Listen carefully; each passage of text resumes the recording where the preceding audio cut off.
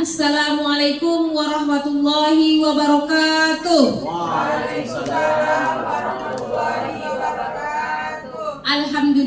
Alhamdulillahi rabbil alamin. Assalatu wassalamu ala asrafil anbiya'i wal mursalin wa ala alihi wa ashabihi ajmain. Amma ba'du. Pertama, marilah kita ucapkan syukur alhamdulillah kepada Allah Subhanahu wa taala yang telah memberikan kita nikmat sehat dan nikmat sempat sehingga kita dapat berkumpul di ruangan yang sangat luar biasa ini dalam rangka diseminasi budaya positif guru CGP yaitu Ibu Filkiam SPDI. Selawat berangkaikan salam tidak lupa pula kita kirimkan ke arwah Nabi junjungan besar kita Muhammad Rasulullah SAW yang berlafazkan doa Allahumma sholli ala sayyidina Muhammad wa ala ali sayyidina Muhammad. Yang sama-sama kita hormati Bapak Kepala Sekolah SMA Negeri 1 Lembah Melintang, Bapak Ibu Wakil SMA Negeri 1 Lembah Melintang, dan yang sama-sama kita hormati adalah Bapak Ibu Guru yang sudah berkenan hadir pada saat sekarang ini. Baiklah, adapun susunan acara kita pada kesempatan ini adalah yang pertama pembukaan yang sedang berlangsung, dan yang kedua adalah menyanyikan lagu Indonesia Raya. Tapi sebelum kita masuk ke acara yang kedua, alangkah baiknya kita membacakan Bismillahirrahmanirrahim. Bismillahirrahmanirrahim. Baiklah, langsung saja kita masuk ke acara yang kedua, yaitu menyanyikan lagu Indonesia Raya yang dipimpin oleh Ibu Wilda Ayu SSN. Kepada Ibu kami persilahkan, dan hadirin dimohonkan untuk berdiri.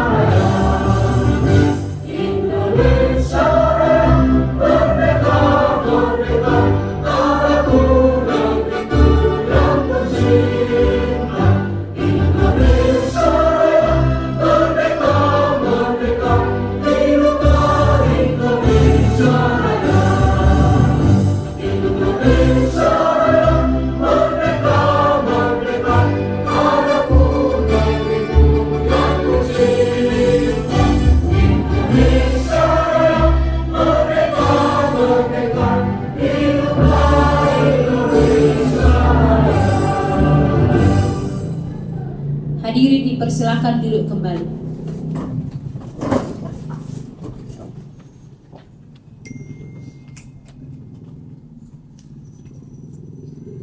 Acara selanjutnya yaitu sepatah kata atau kata sambutan dari Bapak Kepala SMA Negeri 1 Lembah Melintang atau yang mewakili yaitu Bapak Andri SPD IGR. Kepada Bapak kami persilahkan.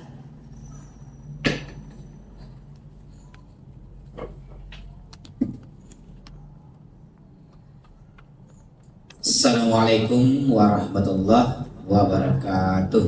Waalaikumsalam warahmatullahi wabarakatuh. Alhamdulillahillazi hadana li hadza wa ma kunna linahtadiya laula an hadanallah. Asyhadu an la ilaha illallah wa asyhadu anna Muhammadan abduhu wa rasuluh allazi la nabiyya ba'da. Amma ba'du.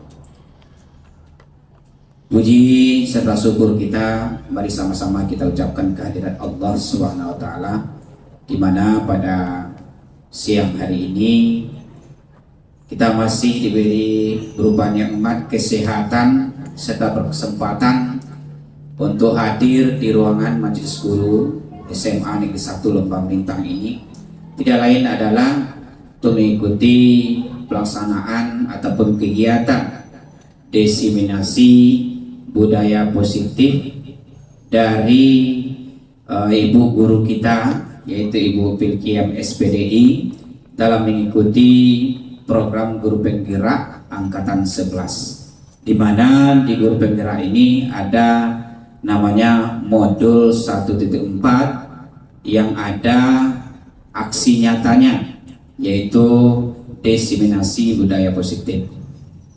Kemudian selawat dan salam mari pula kita kirimkan atas junjungan Nabi besar kita Muhammad Rasulullah SAW dengan hantaran doa Allahumma sholli ala Muhammad wa ala ali sayyidina Muhammad. Mudah-mudahan kita selaku umatnya ataupun pengikutnya mendapat syafaat juga hendaknya di akhir kelak nantinya. Amin, amin ya rabbal alamin.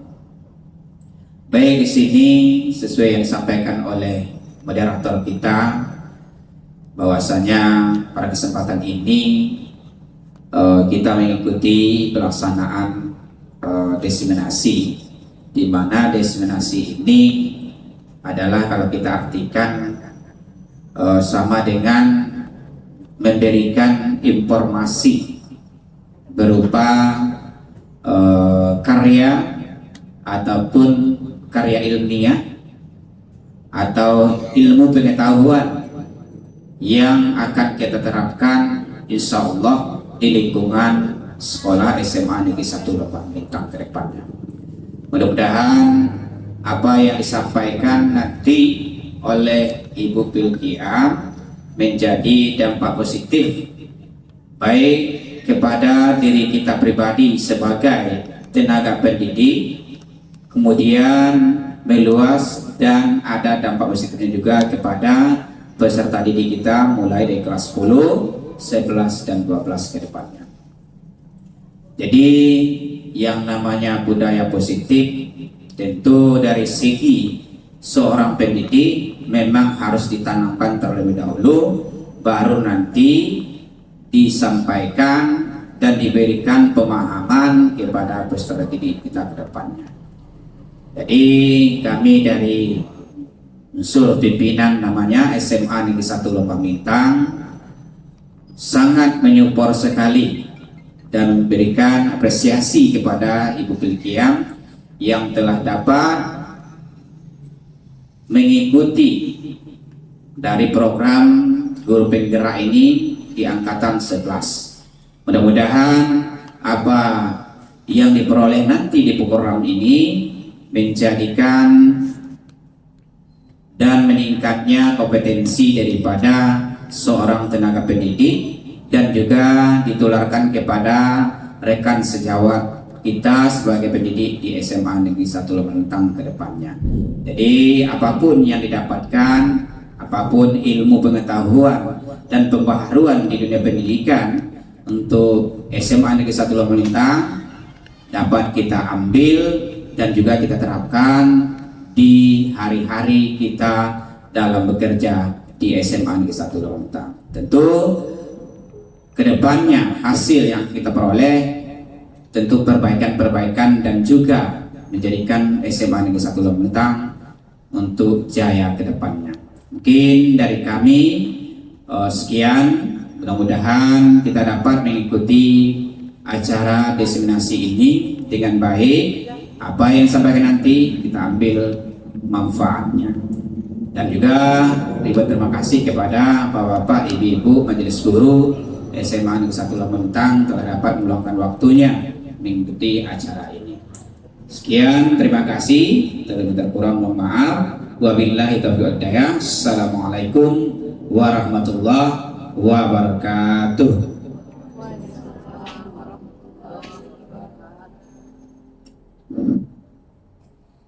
Acara selanjutnya masuklah kita ke acara inti, yaitu diseminasi budaya positif dari Ibu Filkiam sebagai calon guru penggerak angkatan 11 di SMA Negeri 1 Lembang Lintang. Kepada Ibu Filkiam SPDI dipersilahkan.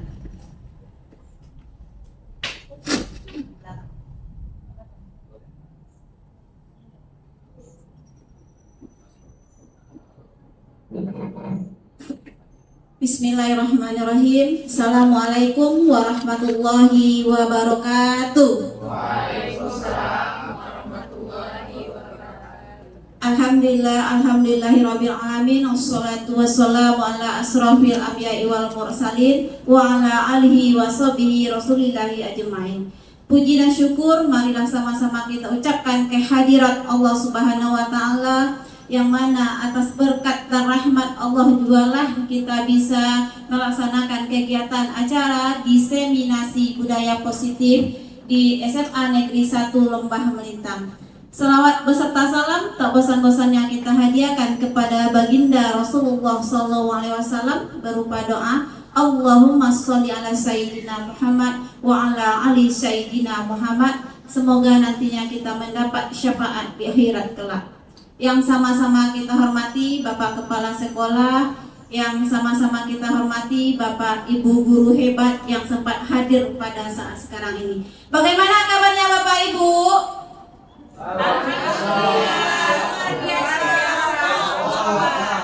Alhamdulillah pada sore ini masih semangat. Baiklah, saya Filkiam, guru dari Pendidikan Agama Islam. Alhamdulillah sedang melaksanakan pendidikan program guru penggerak, dan pada hari ini dan kesempatan ini saya berbagi ilmu tentang bagaimana diseminasi budaya positif yang akan kita terapkan di sekolah. Pada dasarnya, pada umumnya sebenarnya budaya positif ini telah kita terapkan di sekolah, tapi bagaimana efektif dan efisiennya, bagaimana latar belakangnya, disinilah nanti kita akan berbagi ilmu bersama. Di sini bukan hanya kita mempelajari tentang perilaku atau karakter anak, tapi bagaimana nantinya kita menyelesaikan apa yang terjadi pada peserta didik kita, yang mana dalam kurikulum Merdeka sekarang diterapkan bahwa kita seorang pendidik itu memberikan sebuah pembelajaran itu memang benar-benar berpihak kepada murid, bukan kita sebagai teacher center. Jadi selama ini kita yang dominan di kelas sebagai teacher center, kita yang dominan bicara, akhirnya karakter siswa kita juga akan berdampak yang tidak baik dalam proses pembelajaran. Inilah yang akan kita bahas tentang diseminasi budaya positif. Sebelum itu, marilah kita melakukan ice breaking, nanti akan dipandu oleh Bapak Aulia Hadi. Silakan berdiri Bapak Ibu. Bapak Aulia Hadi sebagai pemandu ice breaking kita.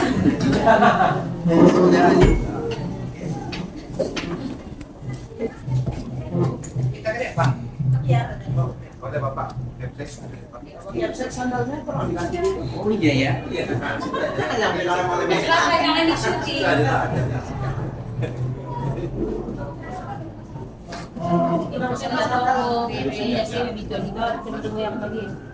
Diseminasi kok colok.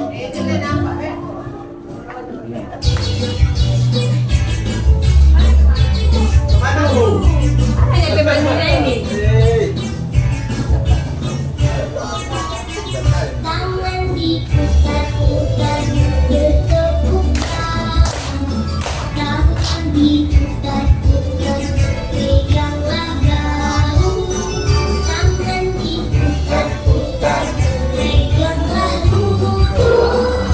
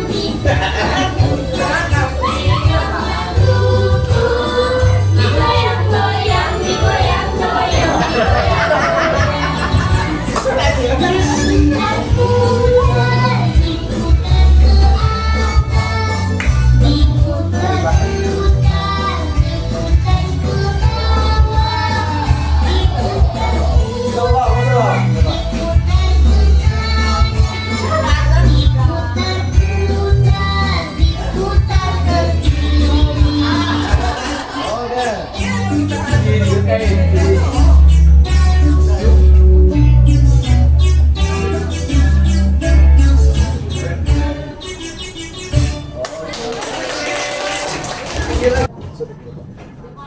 Bapak Ibu, terima kasih sudah mengikuti SPRIGI-nya. Masuk kita ke dalam konsep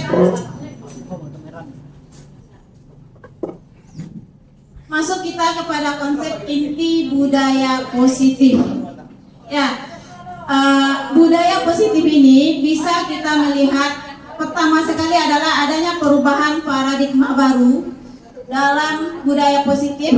Yang kedua adalah tentang disiplin positif, lanjut nilai-nilai kebajikan, kebutuhan dasar manusia, motivasi perilaku manusia, kemudian posisi kontrol guru, keyakinan kelas, yang terakhir adalah segitiga restitusi. Inilah dalam prinsip budaya positif. Kita melihat pembelajaran dengan paradigma baru. Di sampingnya ada gambar, kita melihat adalah profil pelajar Pancasila. Dari sinilah dapat kita melihat bahwa pembelajaran dengan paradigma baru merupakan pembelajaran yang dirancang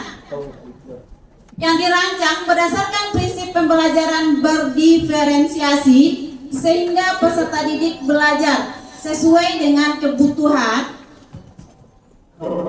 yang berdasarkan pada tahap perkembangan sesuai dengan teori psikologi moderat untuk mewujudkan profil pelajar Pancasila. Inilah paradigma baru pembelajarannya yang menyangkut dalam budaya positif.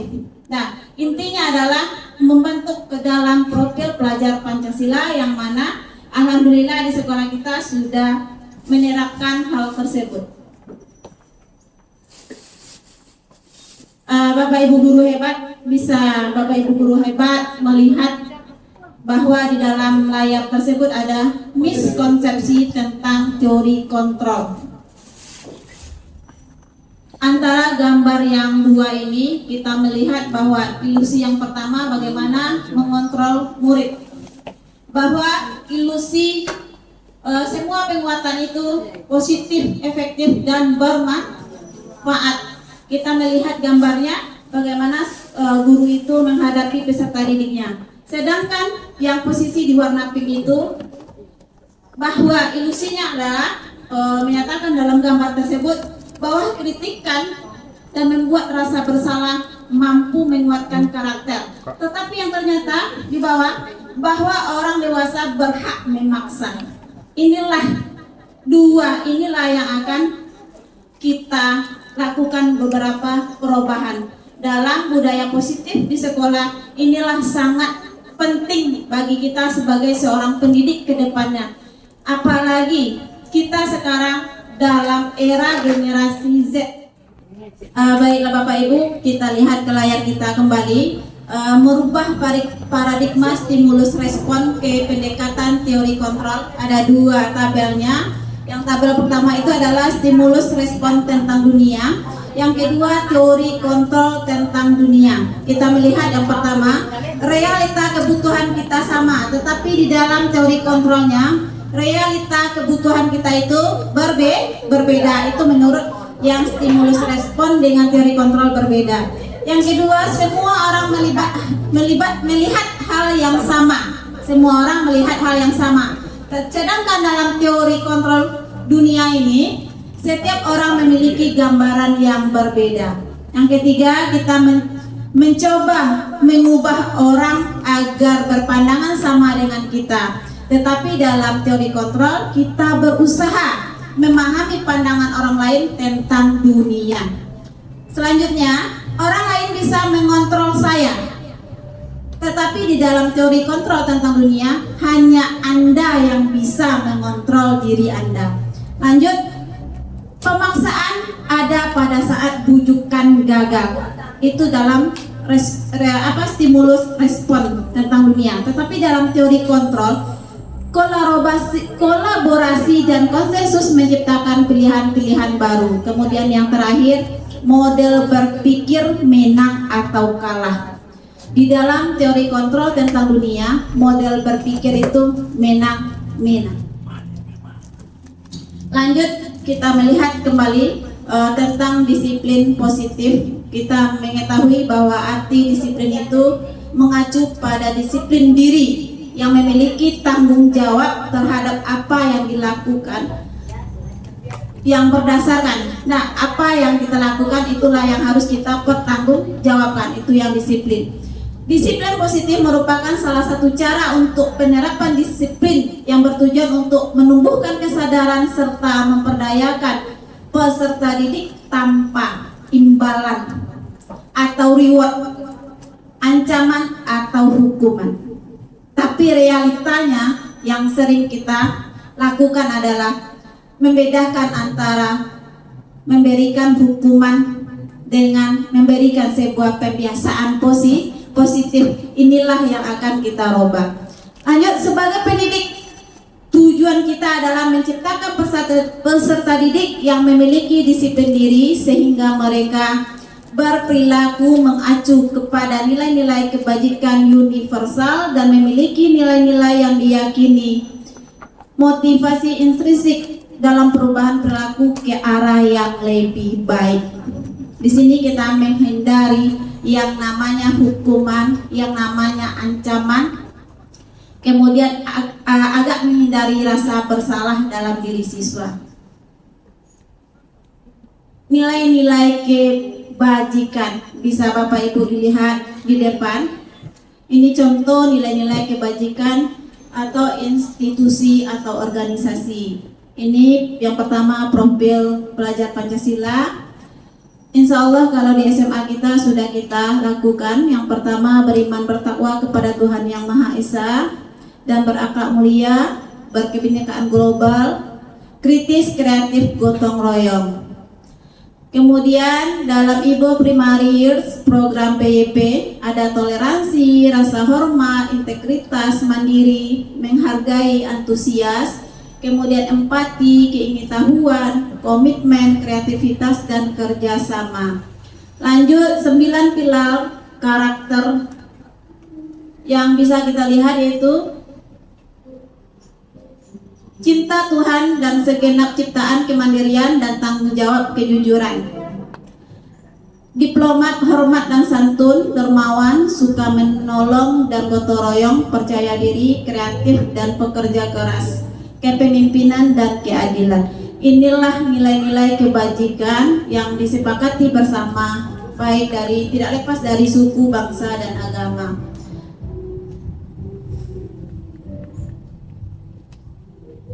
Lanjut, kebutuhan dasar manusia adalah segala sesuatu yang dibutuhkan oleh manusia untuk mempertahankan keseimbangan kondisi fisik, fisiologis dan psikologis yang bertujuan untuk mempertahankan kehidupan dan kesehatan. Ini kebutuhan dasar dari manusia. 5 kebutuhan dasar manusia. Yang pertama, penguasaan, kemudian kesenangan, bertahan hidup, kasih sayang, dan rasa diterima, kebebasan. 5 kebutuhan dasar inilah yang harus kita lihat dari peserta didik. Bagaimana mereka itu ingin menjadi seorang penguasa. Kita bisa melihat bagaimana karakternya di kelas. Kemudian kasih sayang dan rasa ingin diterima. Kemudian bagaimana mereka ingin sebuah kesenangan. Kemudian bagaimana mereka ingin sebuah kebebasan dan bagaimana mereka bertahan dengan kehidupannya. Kalau bertahan dengan hidup itu mereka butuh makan, minum untuk bertahan hidup. Sedangkan untuk kasih sayang dan rasa diterima itu bagaimana respon kita sebagai pendidik ketika mereka berada di dalam lingkungan kelas. Motivasi perilaku manusia ada 3. Untuk ketidaknyamanan, menghindari hukuman. Yang kedua, untuk mendapatkan imbalan atau penghargaan dari orang lain. Yang ketiga, untuk menjadikan orang yang mereka inginkan dan menghargai diri sendiri dengan nilai-nilai yang mereka percaya.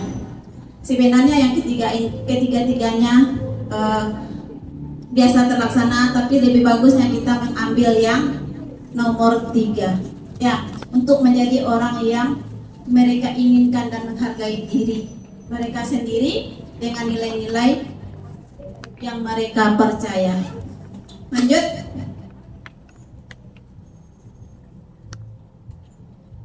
Inilah konsep disiplin. Bagaimana tentang hukuman, kemudian bagaimana dengan penghargaan. Kalau hukuman kita melihat otomatis menyakitkan, tidak nyaman, murid takut, memaksa, murid menyembunyikan kesalahan, kemudian murid menjadi lebih rendah diri. Itulah ketika sebuah yang terjadi di dalam hukuman. Lanjut, ketika penghargaan, ini yang gagalnya ya Bapak Ibu Guru. Ya, ada hukuman, ada penghargaan. Tadi sudah dijelaskan tentang hukuman. Masuk tentang penghargaan. Ini tidak, kalau penghargaan ini tidak efektif, kemudian bisa merusak hubungan. Kemudian sifat iri itu akan muncul dan mematikan kreativitas. Kemudian menghukum dengan sebuah penghargaan itu akan membuat peserta didik itu akan lebih down lagi. Kemudian sistem ranking itu bisa merampas hak-hak untuk menghargai dirinya. Sedangkan konsep disiplin disambungkan dengan intensitas.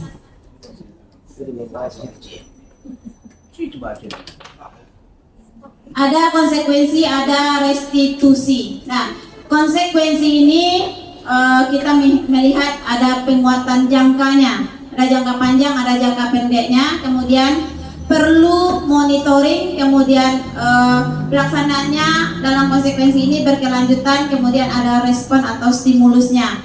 Sedangkan di restitusi ini murid bertanggung jawab, kemudian perilakunya ada perubahan, kemudian fokus pada pemecahan masalah jangka panjang, kemudian murid menghormati dirinya sendiri dan orang lain.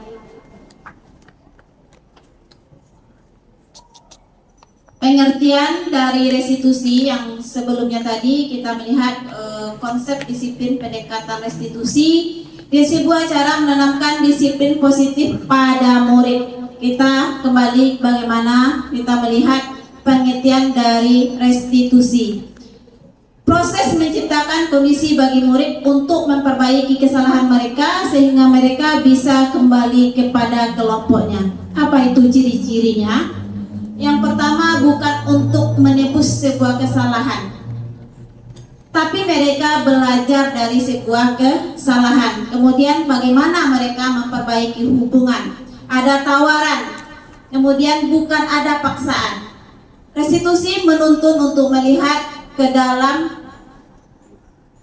diri peserta didik itu sendiri. Kemudian restitusi ini bagaimana mencari kebutuhan dasar yang berdasari dari tindakan yang mereka lakukan. Restitusi diri adalah cara yang paling baik untuk menyelesaikan sebuah permasalahan yang dihadapi oleh peserta didik. Kemudian restitusi ini fokus pada karakter, bukan sebuah tindakan atau bukan sebuah penghukuman. Kemudian restitusi ini fokus pada solusi. Restitusi juga mengembangkan murid yang berkarakter. Intinya, apapun nanti permasalahan dalam peserta didik, kita akan bisa membangun restitusi. Bukan berarti kita ketika peserta didik melakukan kesalahan di depan forum langsung kita kasih konsekuensi, kita judge mereka, bukan. Tapi dalam sebuah restitusi itu bagaimana kita mengajak, ya. Caranya bukan kita melakukan sebuahnya, kamu sudah melakukan kesalahan, ayo langsung ke ruangan BK. Padahal di sana itu ada segerombolan kelompok teman mereka di sana. Bagaimana kita pertama sekali menguatkan identitas diri siswa itu? Senangkah Ananda dengan perilaku seperti itu? Senang Bu, luar biasa. Tadi kan ada sebuah kesenangan, penguasaan tadi terhadap diri siswa tersebut. Tapi setelah dia senang sekali Bu, apakah yang Anda lakukan itu sesuai dengan kesepakatan kelas, keyakinan kelas? Kita kembalikan kepada peserta didik itu, mereka akan berpikir, tidak Bu, Lalu apakah Ananda sudah melakukan sebuah yang terbaik tadi? Tidak. Saya sudah melakukan sebuah kesalahan. Interaksi-interaksi inilah yang masuk nanti ke dalam penyelesaian sebuah restitusi terhadap peserta didik. Kenapa? Kita tidak bisa lagi menyamakan generasi kita dengan generasi sekarang yang dominasi kita dulu sekolah itu paling banyak hukuman, hormat bendera, berdiri satu kaki, itu yang sering kita lakukan pada kita. Tetapi pada saat sekarang ini adalah solusi yang terbaik adalah restitusi ini.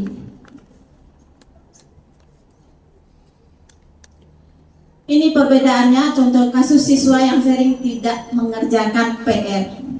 Hukuman, guru menghukum siswa tersebut, hormat bendera, itu sebuah hukuman. Konsekuensi, guru berkonsekuensi mengerjakan PR-nya saat istirahat atau dikerjakan sebanyak 3 kali lipat. Lanjut, guru tegas dan siswa menghormati peraturan. Iya, mereka akan cuman hormat peraturan, nanti dia keluar dari sana akan muncul karakternya terhadap dirinya sendiri, kemudian dia akan merasa tidak senang terhadap guru tersebut. Kemudian kalau restitusi ini, guru menanyakan keyakinan kelas atau diri dan membantu bagaimana caranya mereka mencarikan solusi yang terbaik sehingga terjadinya hubungan yang baik antara guru dengan peserta didik tersebut dan mereka kembali kepada percaya diri terhadap dirinya sendiri. 5 posisi kontrol restitusi. Ini lihat penghukuman. Kemudian pembuat rasa bersalah. Sepertinya kecewa ibu sama Ananda ya hari ini. Itu sudah menyatakan bahwa kita sudah membuat bersalah. Kemudian kita memantau, kalau memantau bagaimana perkembangannya, apakah sudah dikerjakan atau belum, kalau belum bagaimana, apa yang harus Ananda lakukan. Inilah yang harus kita lakukan sebagai pendidik. Kemudian kita jadikan sebuah teman.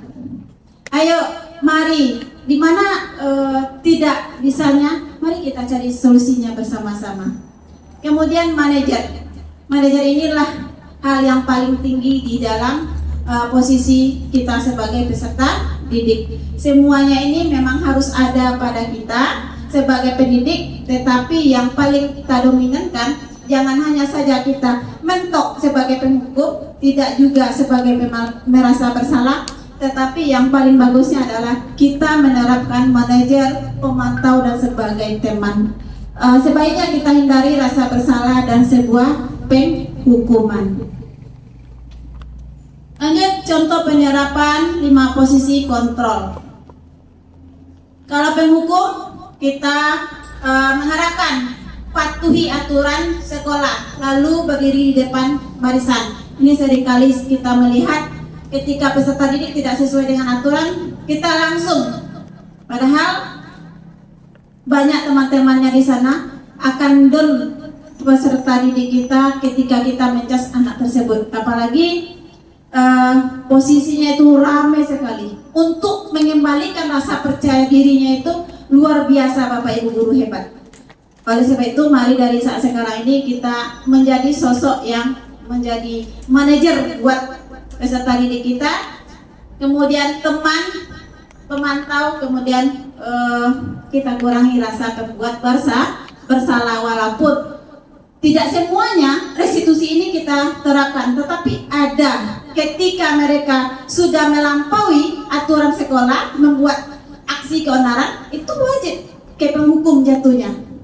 Kemudian juga kepada merasa bersalah. Lanjut, keyakinan kelas.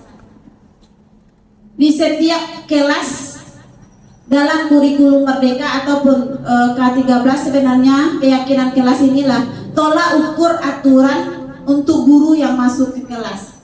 Selain dari keyakinan kelas, setiap guru bidang studi juga harus punya keyakinan atau kesepakatan di dalam proses pembelajaran. Kenapa?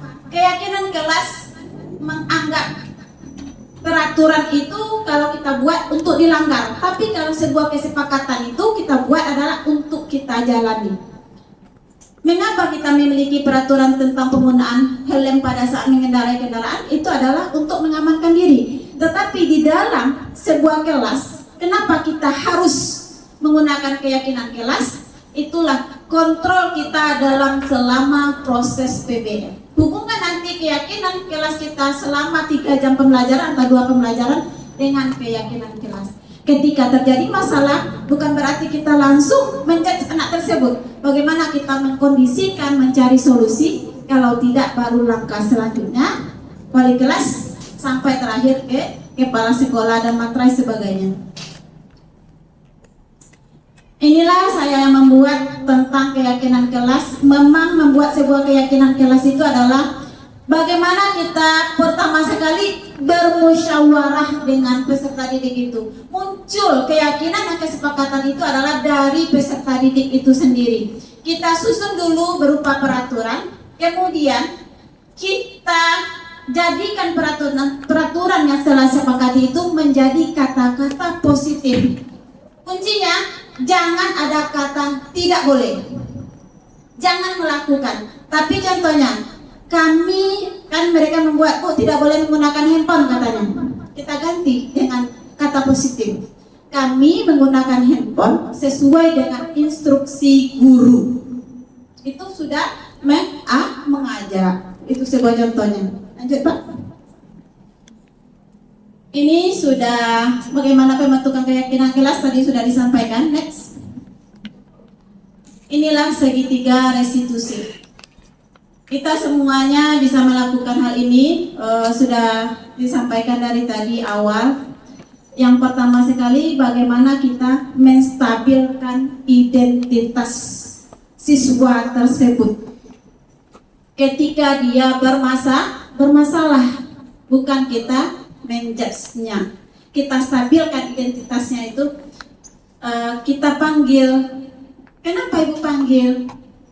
Apa yang terjadi?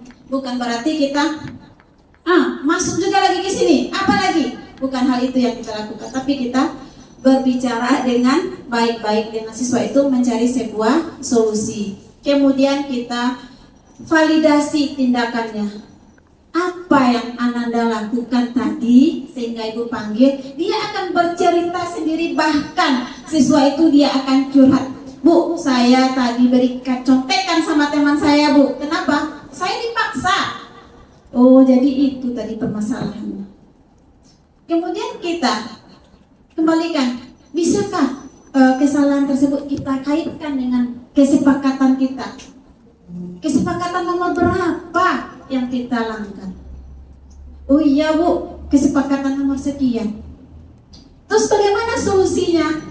Dia akan memunculkan sendiri kesadaran di dalam dirinya. Inilah gunanya kesepakatan kelas, inilah gunanya segitiga restitusi ini. Oleh sebab itu Bapak Ibu guru hebat, saya berbagi ilmu ini adalah luar biasa. Mengikuti pendidikan guru penggerak ini, alhamdulillah saya melakukan sebuah perubahan di dalam kelas. Juga saya mulai perlahan-lahan walaupun belum sempurna, tapi saya sudah melakukan perubahan. Ketika ada siswa yang berbuat sebuah kesalahan, itu kita tidak menganggapnya itu fatal, kita selesaikan baik-baik di kelas. Habis itu ketika dia muncul sebuah kesalahannya, itu dia akui sendiri bagaimana dia berproses, dan akhirnya dia, Bu, saya inisiatif nanti Bu, saya akan kembali menjadi yang lebih baik untuk ke depannya. Kita lihat perkembangan. Makanya kita sebagai seorang guru itu punya catatan pribadi. Maka inilah nanti nyambungnya karakter dengan nilai tersebut. Sekarang kalau masalah nilai yang luar biasa, juara 1, juara 2, belum tentu nanti dia sukses. Sukses pun dia nanti belum tentu dia mau menegur kita. Udah banyak contohnya Bapak Ibu. Oleh sebab itu kita sekarang ini sudah tahu, marilah kita sama-sama berbenah. Inilah gunanya budaya positif yang kita terapkan. Alhamdulillah sekarang di SMA kita menyambut siswa dari depan gerbang itu sudah merupakan sebuah karakter yang luar biasa kita terapkan. Kemudian kita sambung lagi di kelas. Mungkin dari paparan saya yang tadi ada sebuah video yang sudah saya lakukan dengan para siswa saya. Bisa mungkin Bapak Ibu guru untuk melihat sedikitnya, kemudian nanti saya mengharapkan ada diskusi tanya jawab apapun permasalahan dengan segitiga restitusi ini.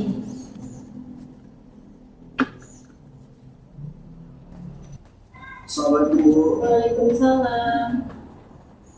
Silakan duduk Ananda. Ya Bu.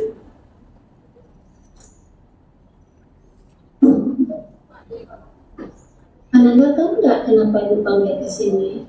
Iya Bu, saya tahu karena saya bermain game di dalam kelas Bu. Oh, jadi begitu. Menurut Ananda, yang Ananda lakukan itu perbuatan yang salah atau bukan? Iya Bu, salah. Baik, kalau Ananda sudah tahu perbuatan yang salah, berarti Ananda sudah paham tidak melakukan kesalahan. Iya Bu, saya menyadari kesalahan saya dan saya ingin minta maaf kepada Ibu. Yang namanya manusia, tidak ada yang sempurna. Setiap orang itu pasti pernah melakukan kesalahan. Ibu pun pernah melakukan kesalahan. Melakukan kesalahan itu adalah hal yang sangat manusiawi. Yang terpenting kita itu harus sadar bagaimana kita untuk memperbaiki kembali agar tidak terulang apa yang kita lakukan tersebut. Iya Bu. Ibu ingin tahu sekarang, tentu kamu punya alasan kenapa kamu melakukan tindakan hal seperti itu. Coba Ananda sampaikan kepada Ibu apa sih alasan Ananda? Oh, saya bermain game di dalam kelas tuh karena saya merasa bosan. Jadi saya ingin menghilangkan kebosanan saya dengan cara bermain game tersebut Bu. Oh, jadi begitu. Sekarang Ibu sudah tahu alasan Ananda kenapa Ananda itu main game. Lalu bagaimana Ananda memperbaiki kesalahan itu? Saya akan berjanji Bu tidak akan mengulangi kesalahan saya tersebut. Sekarang mari kita berbicara Ananda tentang keyakinan kelas atau keyakinan sekolah yang telah kita sepakati. Iya. Yang mana keyakinan kelas itu yang Ananda rasanya yang tidak sesuai dengan yang Ananda lakukan? Saya menganggap keyakinan kelas kita Bu itu adalah fokus dan aktif dalam kegiatan pembelajaran Bu. Jadi apakah Ananda sekarang sedang melakukan keyakinan kelas atau belum? Tidak Bu. Oke, nah terus apa yang harus Ananda lakukan lagi? Saya akan memperbaiki kesalahan saya tersebut. Yang kedepannya saya tidak akan lagi bermain game dan akan memperhatikan Ibu ketika Ibu sedang mengajar di dalam kelas. Nah, sekarang mari kita menggunakan keyakinan kelas kita supaya kedepannya lebih baik lagi. Kemudian, apakah Ananda sudah bisa memahami apa yang disampaikan tadi? Iya Bu, sudah ya. Nah, baiklah, terima kasih sudah menemui Ibu. Jadi mari sama-sama kita senantiasa memperbaiki diri kita dari kesalahan agar lebih baik lagi ke depannya. Tetap semangat belajarnya dengan mengulangi lagi kesalahannya dan selalu mengindahkan keyakinan kelas dan keyakinan sekolah agar kita ke depannya bisa menjadi orang sukses. Iya Bu. Terima kasih Ananda. Iya Bu, sama-sama Bu. Assalamualaikum. Waalaikumsalam Bu.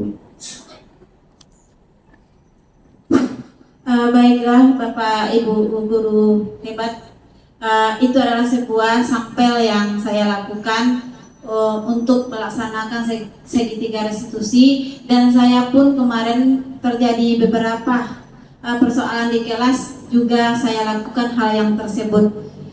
Semoga apa yang saya paparkan ini menjadikan kita menjadi seorang pendidik yang diridhoi oleh Allah, dan apapun yang kita lakukan dalam menyampaikan ilmu menjadi tujuan kita adalah untuk bermanfaat bagi orang lain.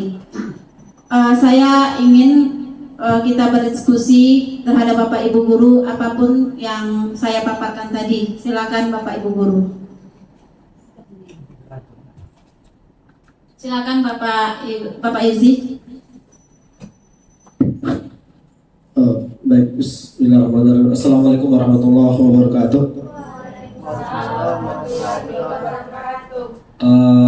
Sebelum terima kasih kepada Ibu Bilkiam, yang mana memang saya cukup tertarik dari apa yang disampaikan, karena diseminasi ini kan satu gagasan, artinya budaya positif yang akan digagas di sekolah kita.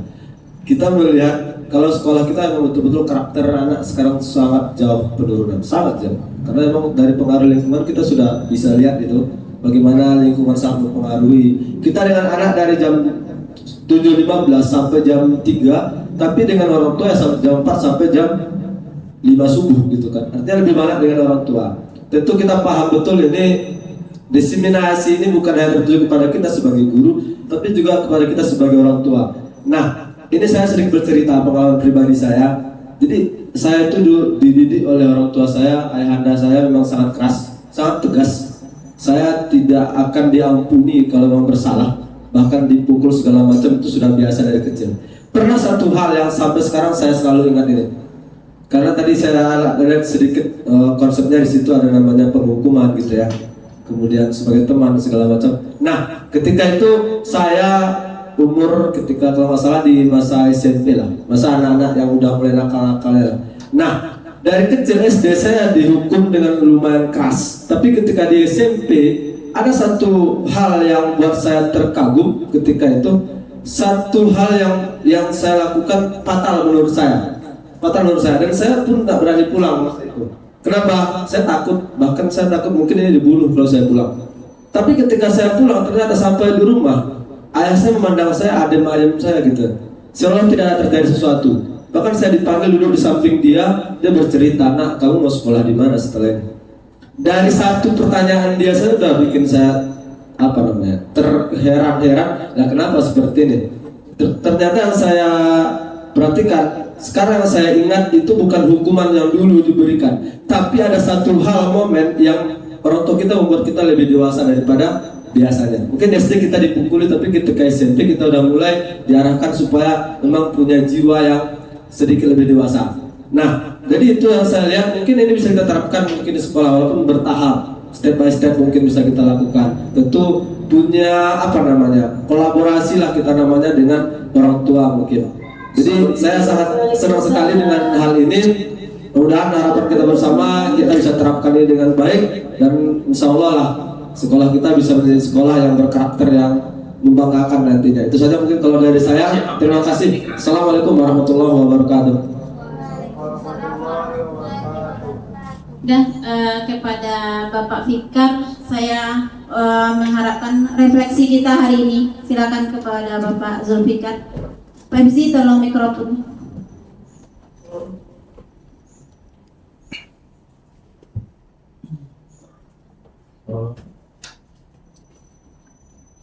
Baik, terima kasih Bu. Assalamualaikum warahmatullahi wabarakatuh.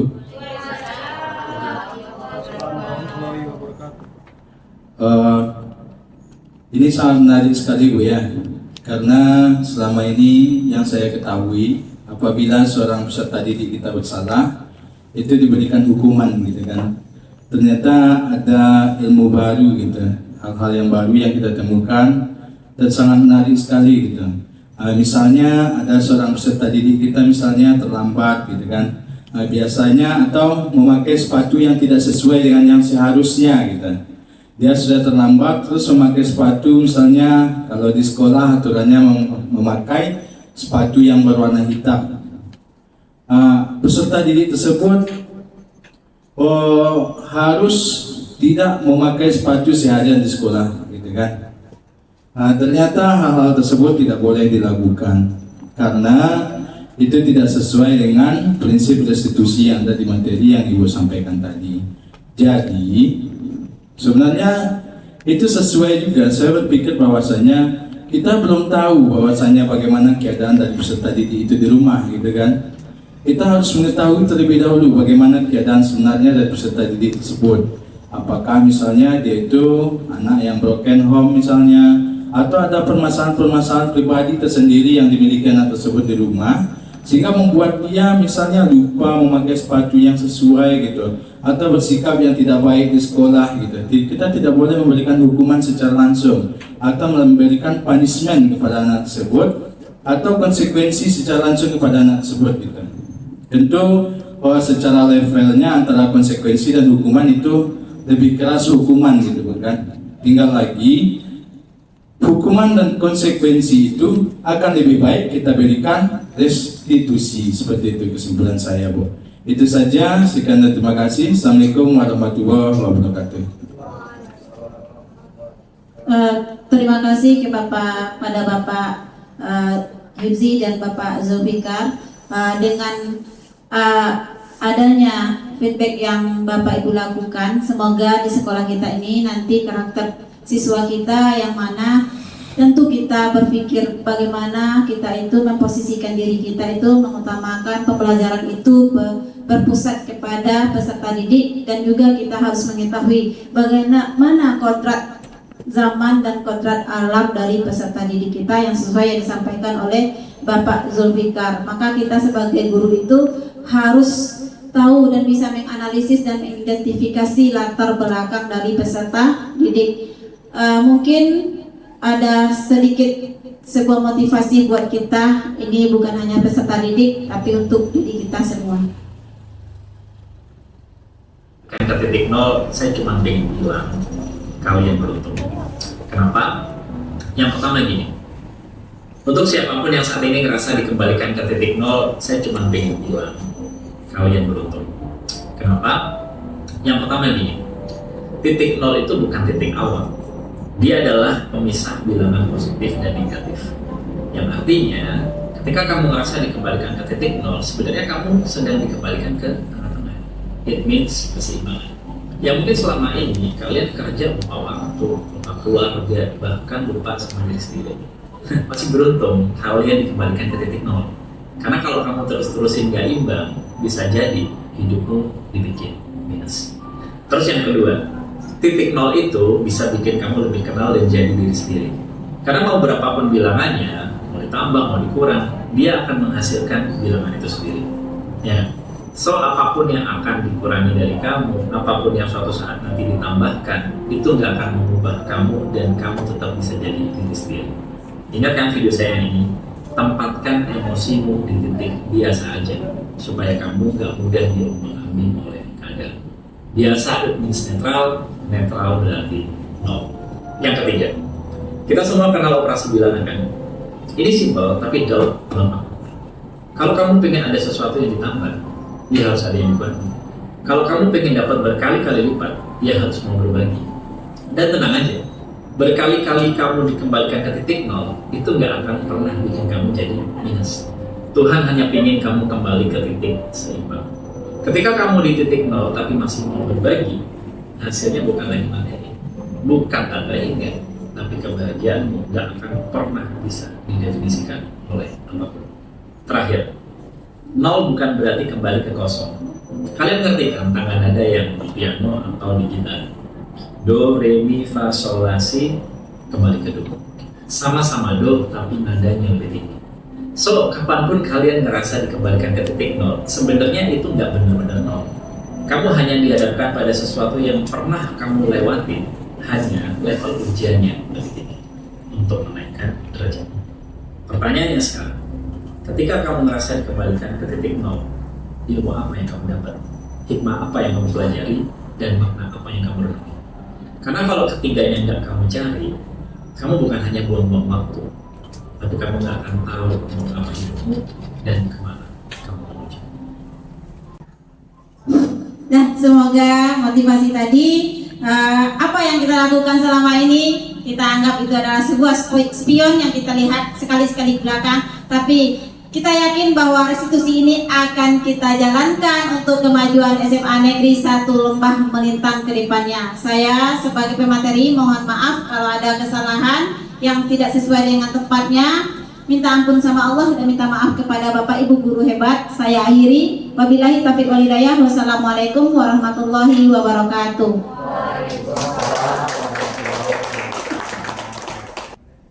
Baiklah, terima kasih kita ucapkan kepada Ibu Filkiam dengan materi yang sangat luar biasa. Semoga bisa membuka pola pikir dan paradigma yang baru untuk kita.